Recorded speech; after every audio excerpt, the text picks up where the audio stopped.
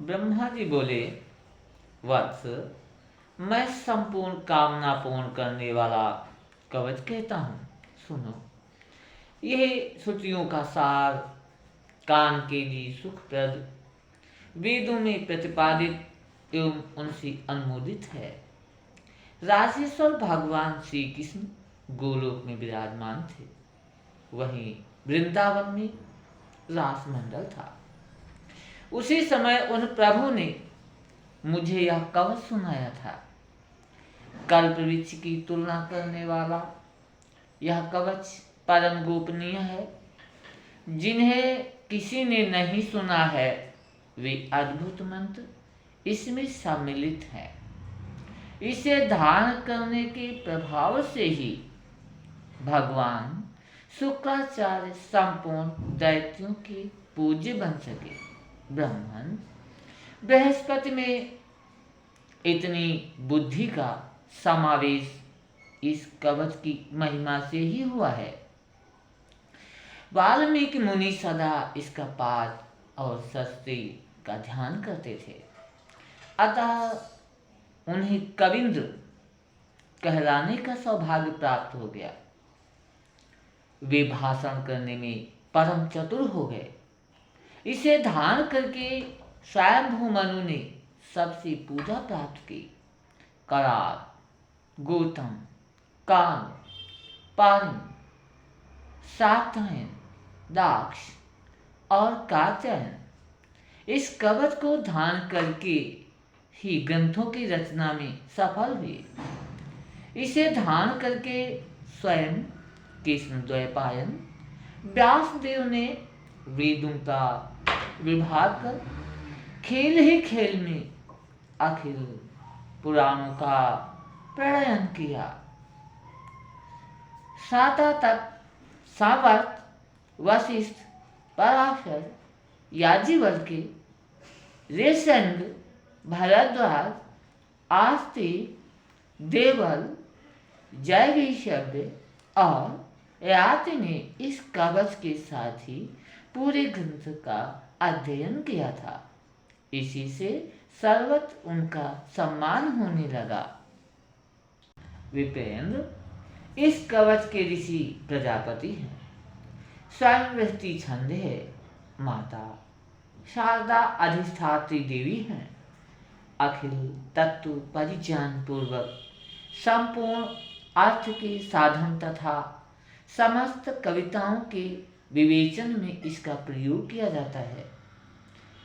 श्रीं ह्रीं स्वरूपिणी भगवती सरस्वती सब ओर से मेरी सिर की रक्षा करें।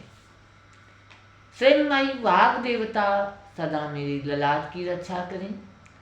ओम ह्रीं भगवती सरस्वती निरंतर कानों की रक्षा करें। ओम ह्रीं ह्रीं भगवती सरस्वती देवी सदा दोनों नेत्रों की रक्षा करें। ऐं ह्रीं स्वरूपिणी वाणी की अधिष्ठात्री देवी सदा मेरी नासिका की रक्षा करे। ओम ह्रीं मयी विद्या की अधिष्ठात्री देवी ओठ की रक्षा करे। ओम श्रीं ह्रीं भगवती ब्राह्मी दंत पंक्ति की निरंतर रक्षा करे। ऐं यह देवी सरस्वती का एकाक्षर मंत्र मेरी कंठ की रक्षा करे। ओम श्रीं ह्रीं मेरे गले की तथा श्रीं मेरे कंधों की सदा रक्षा करे। विद्या की अधिष्ठात्री देवी ओम ह्रीं स्वरूपिणी सरस्वती सदा वक्ष स्थल की रक्षा करे। विद्याधि स्वरूपा ओम ह्रीं मयी देवी मेरी नाभि की रक्षा करे। ओम ह्रीं क्लीं स्वरूपिणी देवी वाणी सदा मेरी हाथ की रक्षा करे। ओम स्वरूपिणी भगवती सर्वात्मिका दोनों पैरों को सुरक्षित रखें। ओम वाग अधिष्ठात्री देवी के द्वारा मैं सब प्रकार से सदा सुरक्षित रहूं। सबके कंठ में निवास करने वाली ओम स्वरूपा देवी पूर्व दिशा में सदा मेरी रक्षा करें। सबकी जीव के अग्रभाग पर विराजने वाली ओम स्वरूपिणी देवी अग्निकोण में रक्षा करें। ओम ऐं ह्रीं श्रीं क्लीं सरस्वती भुजंगै स्वाहा। इसको मंत्रार्थ कहते हैं। ये इसी रूप में सदा विराजमान रहता है। यह निरंतर मेरे दक्षिण भाग की रक्षा करे। ऐं क्लीं श्रीं यह त्रैक्षर नैऋत्य कोण में सदा रक्षा करे। जीव्या के अग्रभाग पर रहने वाली ओम ऐं स्वरूपिणी देवी पश्चिम दिशा में मेरी रक्षा करें। ओम स्वरूपिणी भगवती सर्वांबिका वायव्य कोण में सदा मेरी रक्षा करें।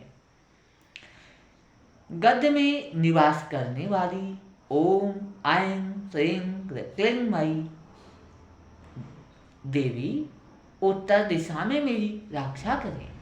संपूर्ण शास्त्रों में विराजने वाली ऐं स्वरूपिणी देवी ईशान कोण में सदा रक्षा करें।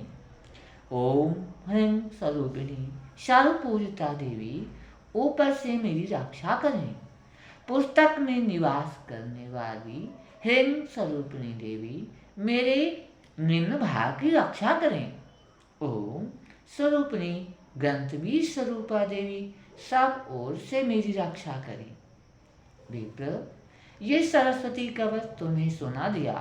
असंख्य ब्रह्म मंत्रों का यह मूर्तिमान विग्रह है। ब्रह्म स्वरूप इस कवच को विश्व विजय कहते हैं। प्राचीन समय की बात है। गंधमादन पर्वत पर धर्मदेव की मुख से मुझे इसे सुनने का सुअवसर प्राप्त हुआ था। तुम मेरे परम प्रिय हो, अतएव तुमसे मैंने कहा तुम्हें अन्य किसी के सामने इसकी चर्चा नहीं करनी चाहिए। विद्वान पुरुष को चाहिए कि वस्त्र, चंदन और अलंकार आदि सामानों से विधि पूर्वक गुरु की पूजा करके दंड की भांति जमीन पर पड़कर उन्हें प्रणाम करें।